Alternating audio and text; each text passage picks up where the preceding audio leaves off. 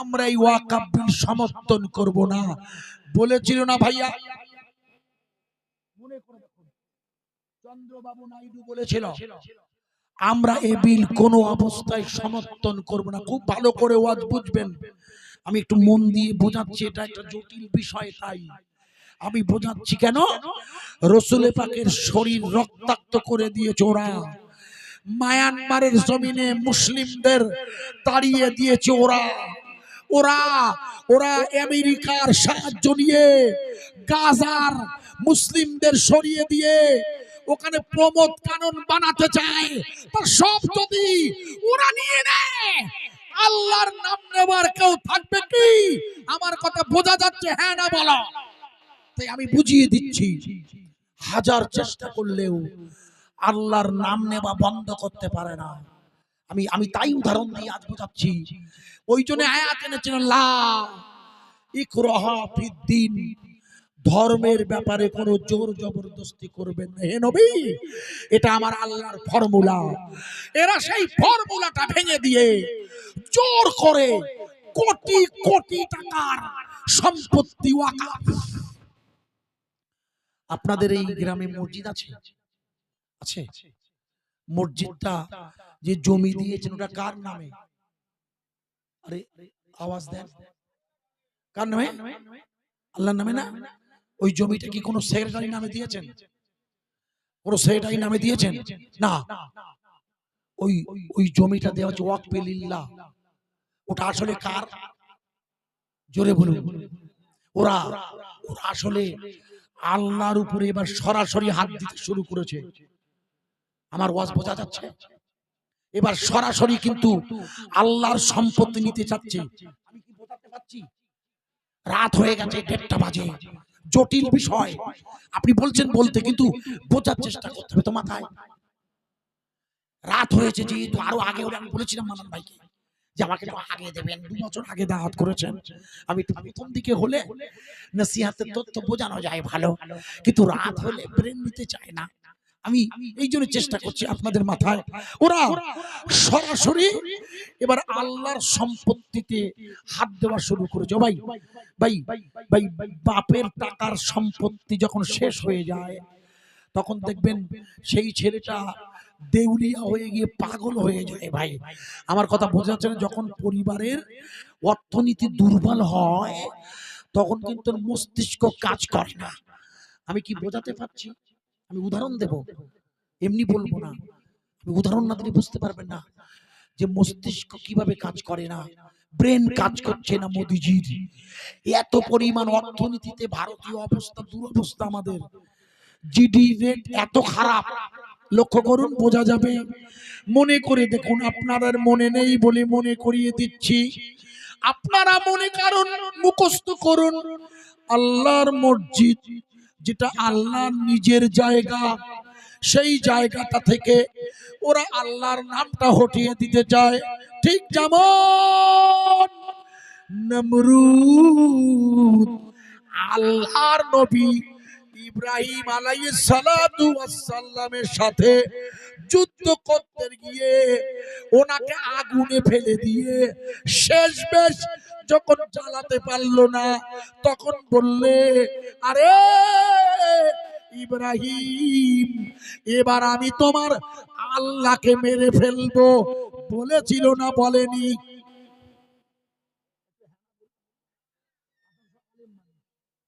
নমরুদ বলেছিল না আল্লাহর সাথে যুদ্ধ করব? বলেছিল তো। যুদ্ধ করার আগে বলেছিল আমি আল্লাহকে মেরে ফেলবো। যুদ্ধটা পরে আব্বা, ওটা তাফসীরের দ্বিতীয় পাঠ। প্রথম পাঠ হলো আল্লাহকে মেরে ফেলবো। এবার আমি আপনাদের জিজ্ঞেস করছি, আল্লাহ কোথায়? বলুন।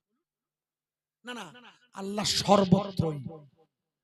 কখনো বলছেন নাহানু আকরাবু ইলাইহিম মিন হাবলিল ওয়ারিদ, আমি তোমার ঘাড়ের মোটা শিরের নিকটে, এই যে মোটা রক। কখনো বলছে আল্লাহ বলছে ইন্নাল্লাহা আলা কুল্লি শাইইন কদির। কখনো বলছে আমি আরশে আজিমের মালিক। আমার আল্লাহ সর্বত্রই।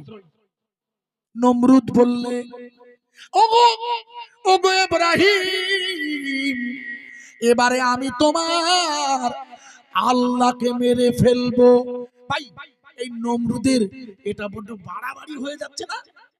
একটু বড্ড বাড়াবাড়ি হচ্ছে না?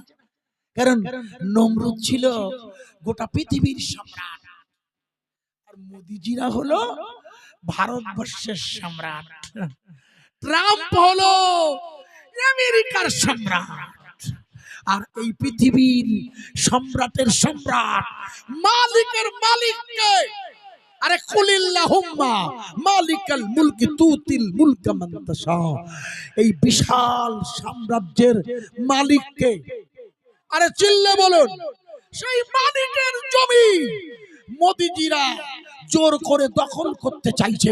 ওয়াজ বোঝা যাচ্ছে তো ভাইয়া? আমি আমার গাড়িটা আজ রাস্তায় আমার ড্রাইভারটা হঠাৎ করে বললে, দুদিন বলছে শরীরটা ভালো নয়, কিন্তু জলসা তো করতে। আমি গতকাল দুটো প্রোগ্রাম করেছি, সেই মেদিনীপুরের কাঁথি অর্থাৎ হেরিয়া হয়ে হিজলি শরীফে প্রথম জলসা করেছি, আর দ্বিতীয় জলসা পাঁশকুড়ার প্রতাপপুরে। আমি যখন ফিরছি, আমার সাথে কথা বলছিল, প্রিয় ভাইয়া আজ আপনাদের কাছে এই নসিহাতের মধ্য দিয়ে খুব মেহনত ভরা ভালোবাসায় আপনাকে বোঝাতে চাইছিলাম, এরা এরা আল্লাহর উপরে আঘাত করেছে। চারিদিকে দেখবেন আজ ওয়াকাফ নিয়ে মিছিল বার হয়েছে, মনে করে দেখুন এত পরিমাণ মিছিল বেরিয়েছে। আমার ড্রাইভার ভাই সাহেব যিনি আমাকে নিয়ে এসেছে, ওনার গাড়ি ভাড়া নিয়েছি, ওনাকে ধন্যবাদ দেব। রাস্তায় জ্যামে জ্যামে ভরা ভাই। ওই আপনাদের এই পথ থেকে আসতে হুজুরের ছেলে ফোন করছে, কোথায় আছেন? মনে করে আমি বলছি বসিরহাট চৌমাথায়, বুঝেছেন? এবার বসিরহাট চৌমাথা পেরিয়ে পাইকপাড়া পেরিয়ে এই চৌমাথা যখন আসি, বড় বড় মিছিল। শুধু আমাকে চেনে বলে, আমাদের চেনে বলে একটু মুখ বাড়ালে তাও সব ফুসকা ছেলে পেলে তো সাইড দিতে চায় না। চারিদিকে দেখছি মিছিল চলছে, ইউটিউব খুলে দেখুন, লক্ষ লক্ষ লোক রাস্তায় নেমেছে। এটা কি ঠিক বলছি না ভুল বলছি? আপনাদের সবার হাতে ইউটিউব। আমি মিথ্যা বললে আপনি তো আমাকে বাঁচাবেন না। দিল্লির দিকে তাকান, সেই এনআরসির ক্যাকা আবার যেন নতুন করে শুরু হয়েছে। তার মানে এত কিছু করার পরেও ঈমানওয়ালারা ওরা কি বাড়িতে বসে আছে?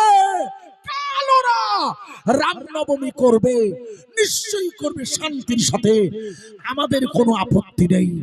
আমরা যথা নিয়মে 5 ওয়াক্তের নামাজ মসজিদে আদায় করব। একটু জোরে বলুন ইনশাআল্লাহ। নমরুদের ব্রেন ঠিক নেই, নমরুদের মস্তিষ্ক ঠিক নেই, মস্তিষ্ক কাজ করছে না। তাই নমরুদ ঘোষণা করে দিল, আমি আল্লাহকেই মেরে ফেলবো। নাউজুবিল্লাহ। নমরুদ কি করলে? আল্লাহকে মেরে ফেলবে বলে একটা কাঠ, চৌকো কাঠ, তার চারদিক দিয়ে দড়ি ঝুলিয়ে, উপরে ঝুলিয়ে 4টে বড় বড় শগুন বাঁধিয়ে দিলে। শগুনের মুখের কাছে গোস্ত ঝুলালো, কিন্তু উল্টো করে, এমন ভাবে ঝোলানো হলো ওই শগুন গোশের লোভে উপরের দিকে উঠবে। নমরুদের ধারণা আল্লাহ উপরের দিকে আছে, তাই নমরুদ আল্লাহকে মেরে ফেলবে বলে উপরের দিকে রওনা হয়েছে। ইতিহাস নয়, কোরআনের তাফসিরে এসেছে। নমরুদ করলে কি?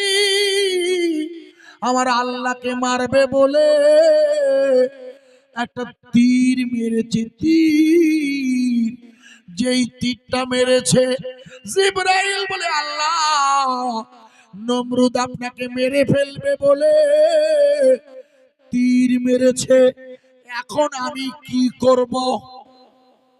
আল্লাহ বলে, নমরুদ তীর মেরেছে, আমায় মেরে ফেলতে আপনি ওতে রক্ত লাগিয়ে দেন, রক্ত, ব্লাড, রক্ত লাগান। নমরুদের ধারণা আল্লাহর শরীরে রক্ত আছে, নাউজুবিল্লাহ, লাগান রক্ত। আমার আল্লাহ বললেন, আপনি রক্ত লাগিয়ে দেন, কিন্তু রক্ত দেবে কে? হযরত জিবরিল আমিন দুনিয়ার জমিনে এসে বললে কে আছো, ওগো কে আছো, আল্লাহর জন্য রক্ত দেবে। মনে করে দেখুন ইব্রাহিম নবী ওই সময় একা, ওনার সঙ্গী পঙ্গী কেউ নেই, উনি তবে ইমানের দাওয়াত দিচ্ছে একা একা। ওই সময় ওনাকে আগুনের উপরে ফেলে দিয়েছেন নমরুদ। আকাশে উঠার সময় আপনাদের মনে নেই